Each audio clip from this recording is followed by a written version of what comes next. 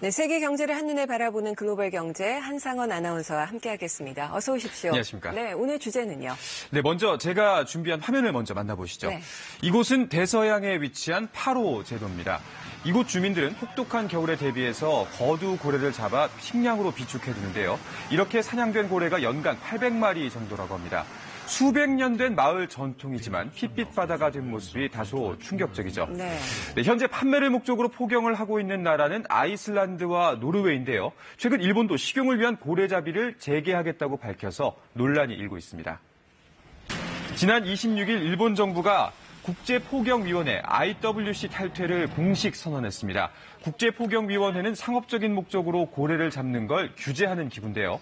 지난 9월 브라질에서 열린 IWC 총회에서 상업포경 재개를 요청했다 부결되자 결국 탈퇴하기로 한 겁니다. 일본 어선들은 당장 내년 7월부터 인근 바다나 배타적 경제 수역에서 고래를 잡을 수가 있습니다.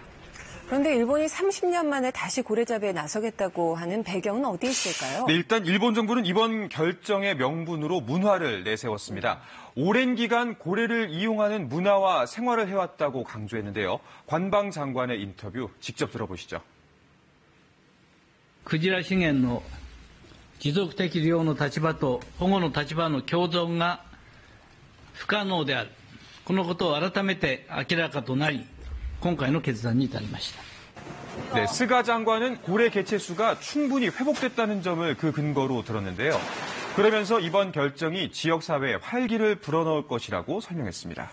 그러니까 결국 식용을 위해서 고래잡이에 나서겠다는 것으로 보이는데 일본 내에 그렇게 고래 수요가 여전히 있습니까? 그렇습니다. 아직까지 수요가 있다고 합니다. 얼마 전에 미야기현의 한 마을에서도 생태 조사 목적으로 잡은 밍크 고래를 식용으로 판매하는 행사가 열렸습니다. 1年間かけてこれを食べます。はい。楽しみだね。刺身一番だね. 2차 세계대전 이후 식량이 부족할 때 고래 고기는 단백질 공급원으로 중요한 역할을 했는데요.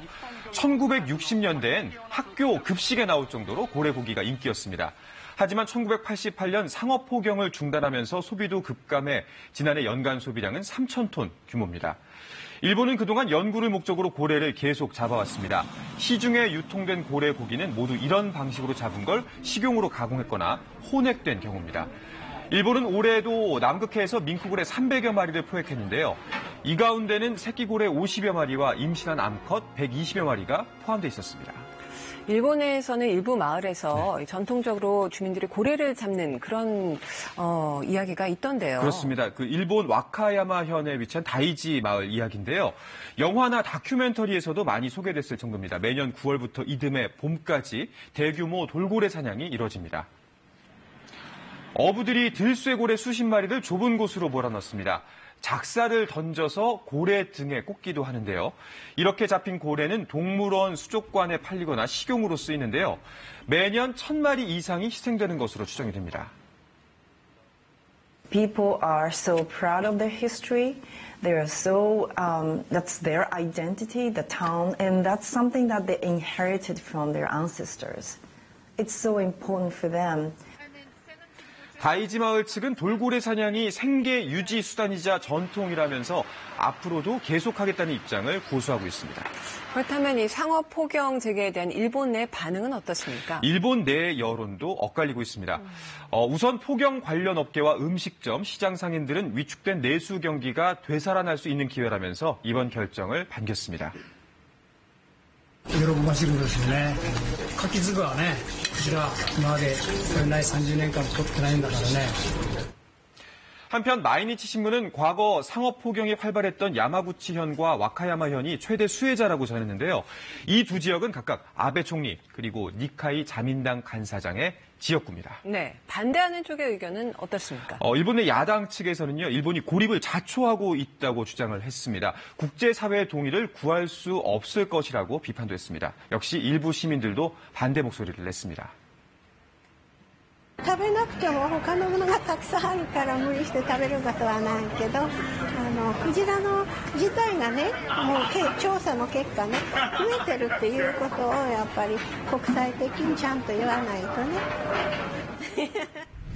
국제사회도 일제히 우려를 표명했습니다. 호주는 유감을 표명하며 IWC 탈퇴 결정을 재고할 것을 일본에 촉구했고 환경동물보호단체들은 고래를 보존하려는 사람들의 노력을 해치는 것이라고 비난했습니다.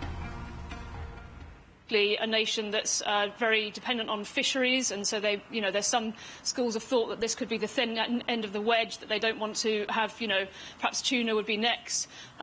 So there's all sorts of theories about why Japan is so stuck on this whaling agenda. 네, 가디언은 일본의 상업폭영 재개가 판매용 고래 고기의 가격 상승을 오히려 부추기는 결과를 낳을 수도 있다고 지적했는데요. 때문에 일본 내 고래 고기 수요가 회복될지도 불투명하다고 전했습니다. 네, 오늘 소식 잘 들었습니다. 네.